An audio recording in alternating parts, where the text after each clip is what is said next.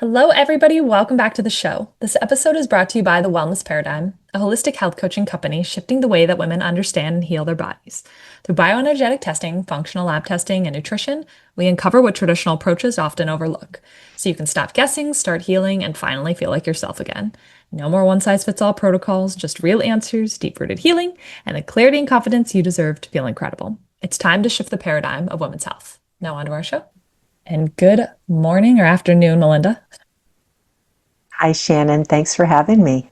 Yeah, I'm excited you're here. And Dr. Melinda McCarty is incredible. She's an author, she's a speaker, she's an educator, and she really works with women who are executives in what she calls her two full season, which she'll get into a little bit more. And she integrates nervous system regulation, leadership psychology, and body-based practices to remind them really about just the beauty and meaning of life. So, Melinda, welcome to the show. Thank you. Glad to I'd be love to here. know a little bit more about how you weaved into this line of work.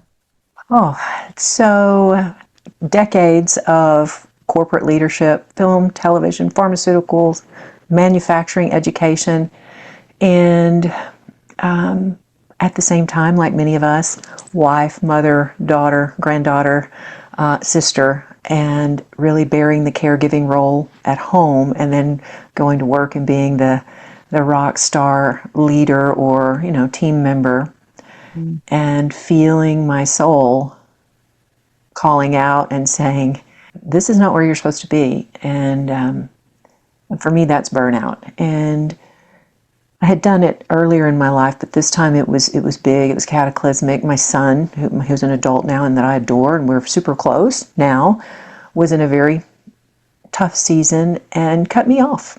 We were estranged for a lot of reasons, and I thought I was going to die and began to do the work.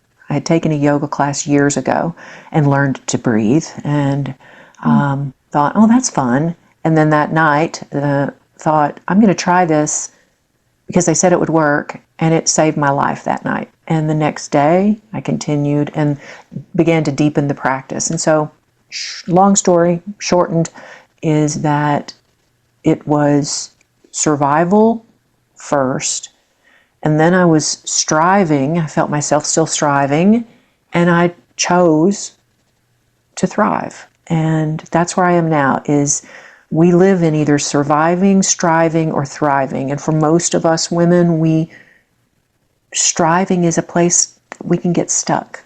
I mean, with your hormone work, we chatted earlier, we can get stuck thinking fine is good enough. And we deserve more than fine. We deserve to thrive. So true. And so many people don't understand that they are striving or just surviving because it's just their normal. Their baseline has lowered. That's what they think is normal. And when That's they what feels get, safe. That's what feels, normal, familiar. yeah. I mean, you've probably seen this in many of your work, as have I. When you go from this space of surviving barely to thriving, you're like, wait a minute, I felt really bad all that time and I didn't realize it because that was just it's a survival thing. Like your body just literally just downregulates to survive.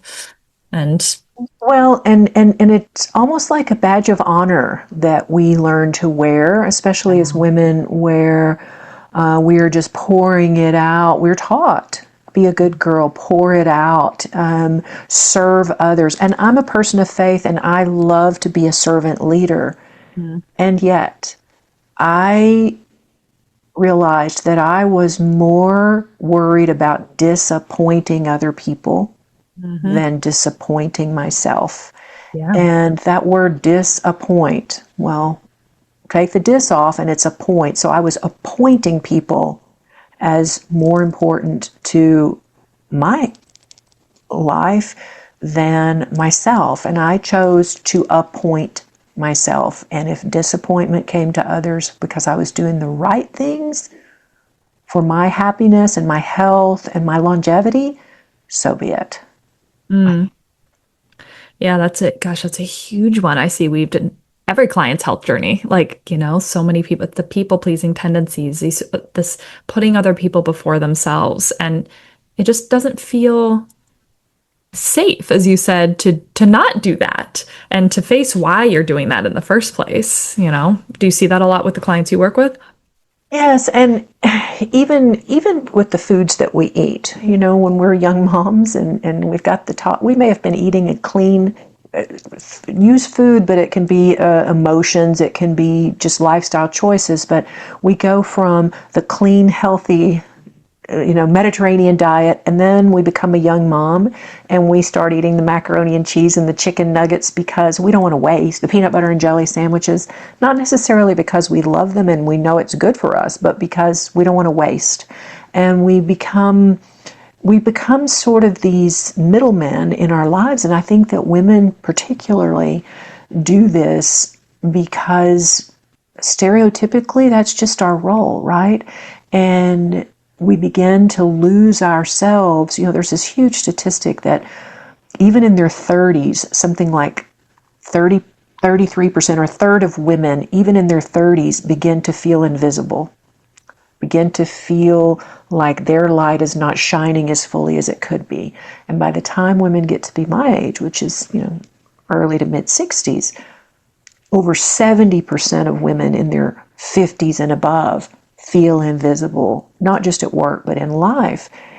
Well, I think some of that we do to ourselves. We dim our own light and we step back, and then we just fade into the wallpaper. So yeah, I see that with not just with clients, but with my mother, with my dear friends, with myself. It's really the reason I did the work. I thought, I'm not alone here. Once I started being open, I don't say the word vulnerable too much, but it still has a weird, Brene Brown loves it. I don't love it so much. For me, it's soft and lovely courage, the opening of my heart and my spirit, and letting some of these words or feelings that I have come out. I discovered that there's a lot of women that feel this same way. And so that's why I started the book and the talking and sharing. Yeah, a lot of people need to hear this. You mentioned like this two full season. How did you really come up with that phrase, and what does that really mean? Oh, so I love words. There is this term to describe women in my, and men, but women particularly in my phase of life, which is the sandwich generation. First of all, I don't like sandwiches. They're slapped together food, but the sandwich generation, you've got the aging spouse or parents or, loved ones above you, and then you've got adult kids or grandkids that you've inherited. So you've got all these generations, and you're the one in the middle. You're the sandwich. Didn't like that word. And then there was midlife. I'm 63 years old. If the average lifespan is 4,000 weeks, that's scientifically, somebody said that, I'm in my 82nd percent of that 4,000 weeks, and I chose to say, whoa, where am I right now? My life is full. I've got all these plates that I'm juggling for other people. Yes, sandwich generation, but I chose to say it's a season of life because it won't always be there, and it's a two full season. You're just not one more plate can I pick up, or I'm going to drop them all. And that's really what happened with me. So that's where that comes from. When people come and work with you, what are the biggest things that they're typically wanting to work on? And what are the biggest things you see that they need to work on? Wow, that's a great question. So I've studied with Tony Robbins for the last 3 or 4 years, all the different workshops. And one of the things that he'll talk about is when you're designing a course or a program to serve at a high level, you don't give people, you tell them, or you interact with them based on what they want, but you end up giving them what they need. Yep. Have you heard that expression before? Oh, all the time. Yeah. And so really what people want, what women want is, and this I can give them, is that they want to know they're not crazy. They want to know they're not alone. Yep. And they want to just be able to get like 2 or 3 things to fix it. Make it go away, make my child start talking to me again, make my boss understand that I'm balanced, whatever it is.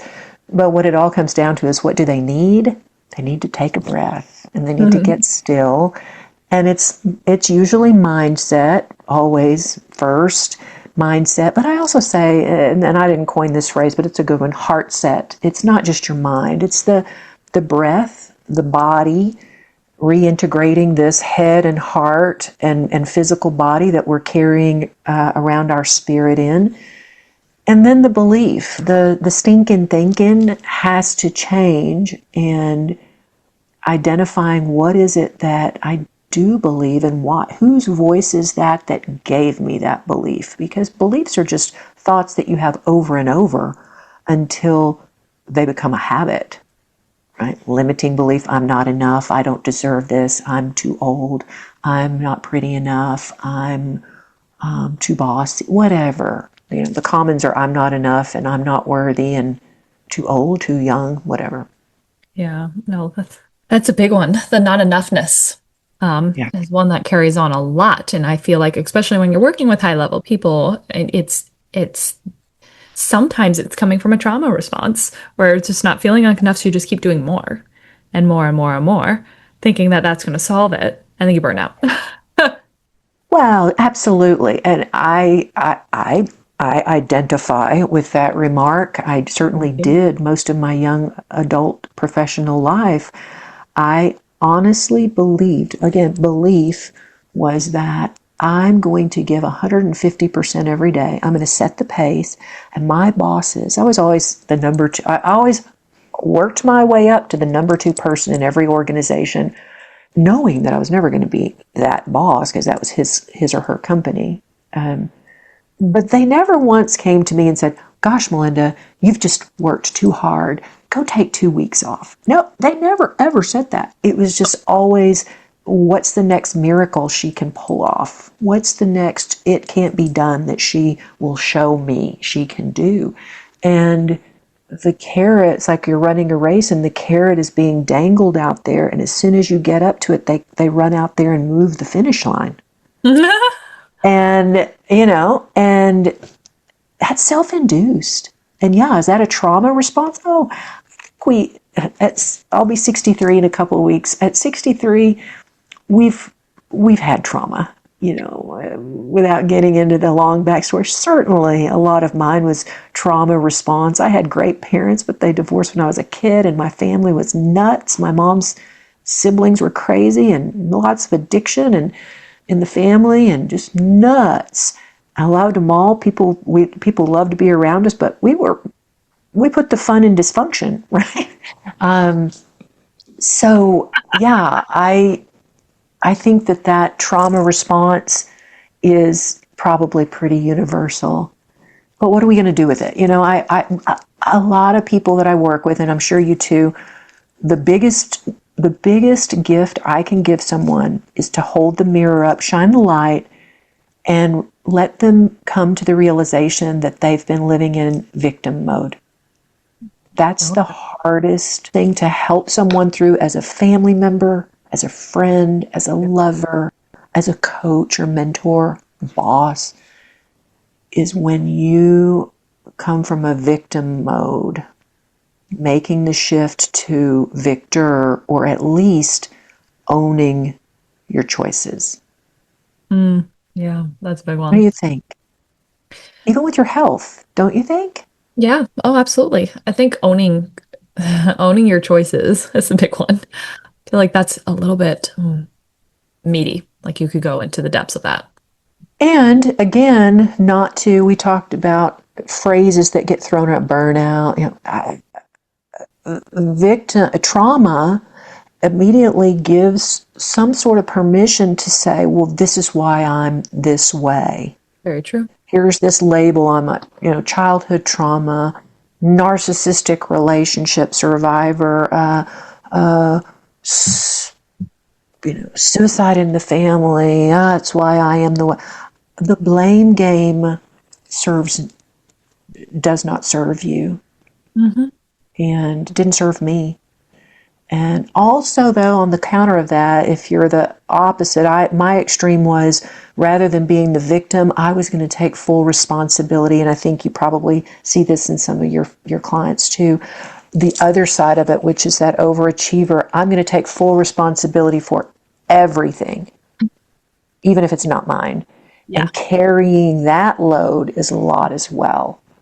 So learning what's yours, and we're all carrying around this heavy backpack that's full of stuff. And in that meditation and mindfulness, we often learned, the right here, right now.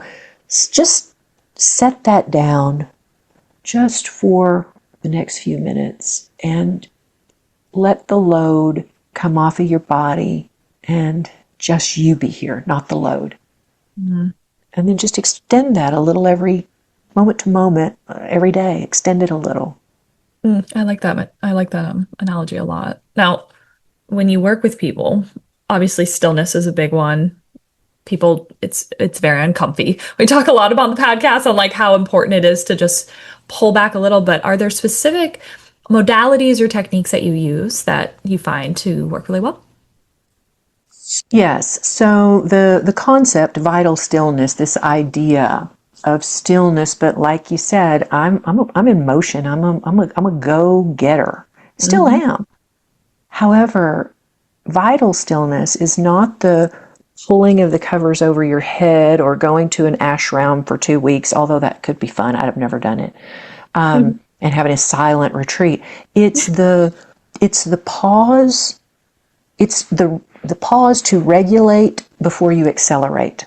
So it's really the building of the momentum and having the time to get still, get present. And one of my frameworks is called SPARK, which is stillness, presence, awareness, renewal, and kindling. So what does that mean?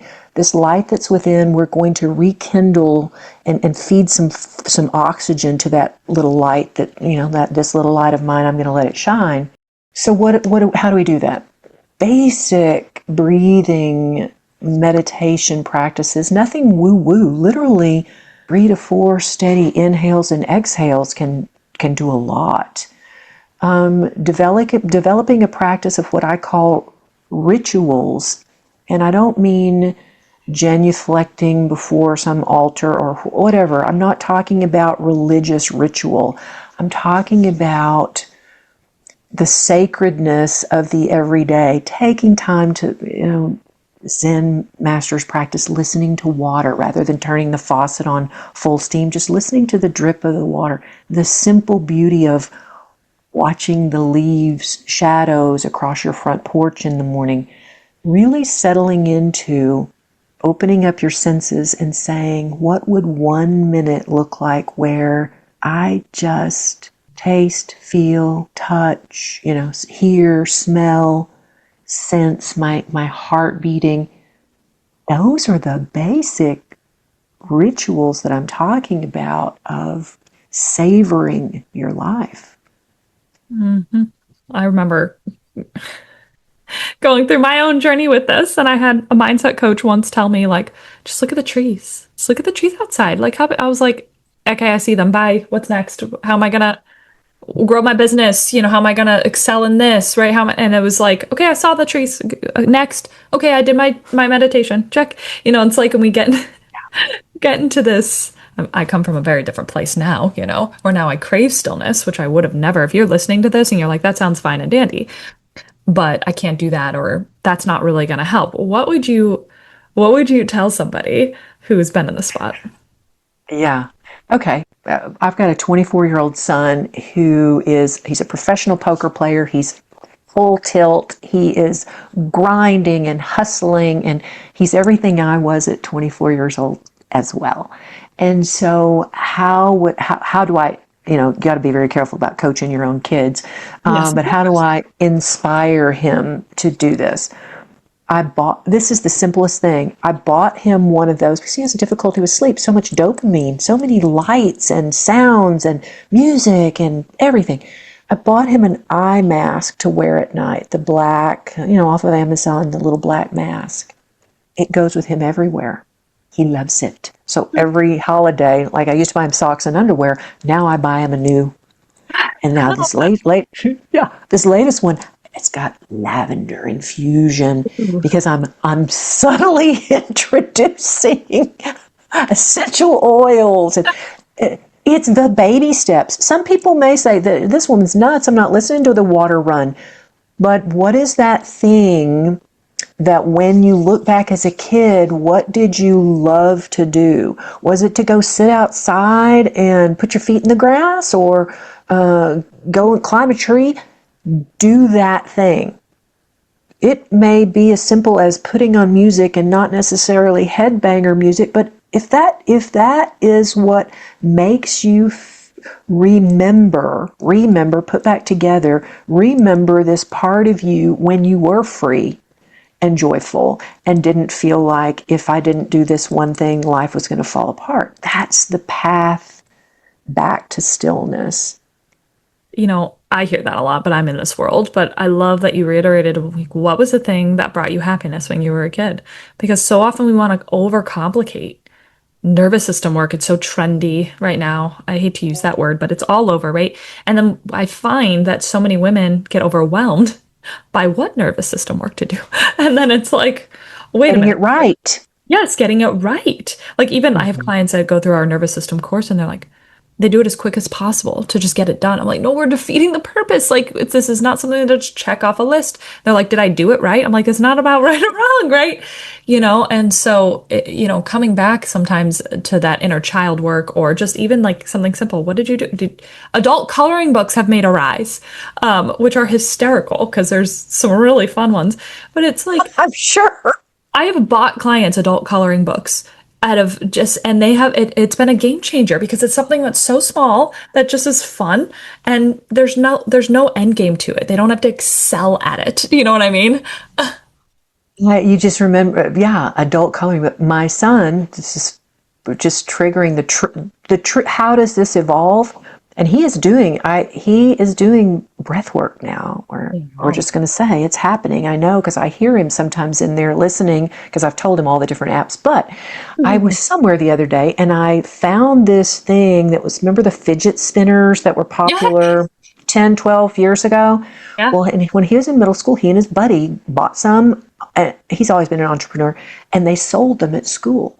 Well, I was at an open house or something, and somebody had this thing, and it was like a fidget spinner, and I brought it home, and I showed it to my son, and he had this flashback to when he and his buddy sold the fidget spinners, and he took that thing and was in there. I could hear it, going around. And later, he was talking to me. He'd gone back. He lives out of town. And he was on the phone with me, and I could hear that thing going. That gives him a moment to pause. That doesn't mean you're completely still. Vital stillness means there's some motion happening, just like a flame. That candle is not stagnant. It's moving. There's a lot of activity in that flame. It's got all kinds of processes going on there. So the stillness is really the pause from, I've never really thought about this. It's really a pause from what you should be doing, what you could be doing, what you would be doing if you were a good girl. And instead it's, what's this one moment of being rather than doing, that gives you just that little glimmer of, this is for me. This is my time. Yeah, I like that vital, because that's so true. I talk about that even just simply with that client's health journey. Stop trying to reach an end point. It is never, you're here, then you're healed. Same with breath work. It's like, I'm not here and then I'm suddenly healed when I do this. It's ever moving, ever changing. And oh yeah, and just like the book is called Sovereign Season. It's a journey. I say savor your journey because we don't know. We've all heard that, and the older you get, the more you realize every day is truly a gift. Yes. So what am I going to enjoy along the way? And I'm not talking about hedonistic lifestyle. Don't worry about your health. Don't, who cares about your diet? I'm not, that's all important because vitality and vibrance is fueled internally, right? Spiritually, emotionally, physically, the foods we eat, the content we digest on our, what our algorithm is feeding us. And the journey, and we've all heard this, but the journey really is where the magic happens. It's not the destination once you get there. It's Because once you get there, you're not very satisfied for very long. You want to go somewhere else. That's human nature. So savoring it, giving yourself, the savor pillar is sensing, all these senses, alignment. So that's the authenticity piece. And that's a word that gets thrown around a lot now too, authenticity. Yes. Vision instead of a dream. And dreams are, they're great, but really, what is that little step you're going to take toward it on a regular basis? Openness, being open rather than this is how I'm going to get to this place and that's the only way I'm going to do it. Like I talked to you offline about hormone replacement therapy.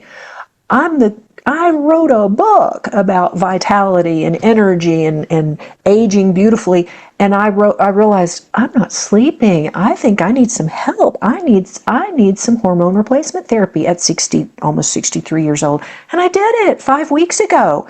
And I feel great. I'm not apologizing to anybody for it. So, and then that R is radiance. So shining your light and whatever it takes to get there, sister, do it. Do it. Don't stop with fine. Fine, Jim Collins in the book, Good to Great, says that good is the enemy of great. And I'll say that fine is the enemy of amazing. Yeah. Yeah, I like that. Now, if you could give one little piece of advice to send off somebody's listening to this and just wanting to feel better in their life, what would you tell them? Don't settle for scraps at the table. Savor. Order the food that makes you happy. Don't eat the leftovers. I know you love your kids, you love your husband, you love your people. It is not selfish to put yourself first. And because I'm overcompensating because we tend to say, oh, I can't put myself first. Well, if I say put yourself first and you tell yourself to do that, maybe you'll put yourself somewhere in the middle. So you deserve it. You are worthy of it. You were made to shine. And it's time to wake up and rise and shine. Love that. Now, if people wanted to connect with you a little more, figure out what you do, have conversation, where can they I find you? think you'll share my website in your notes. And Sovereign Season is the book. Vital Stillness is the method. I'm Dr. Melinda McCarty, and I'm on socials. I'm not the best social media girl. That's not my generation of stuff, but I'm there. And I would be happy to talk to anybody who has questions.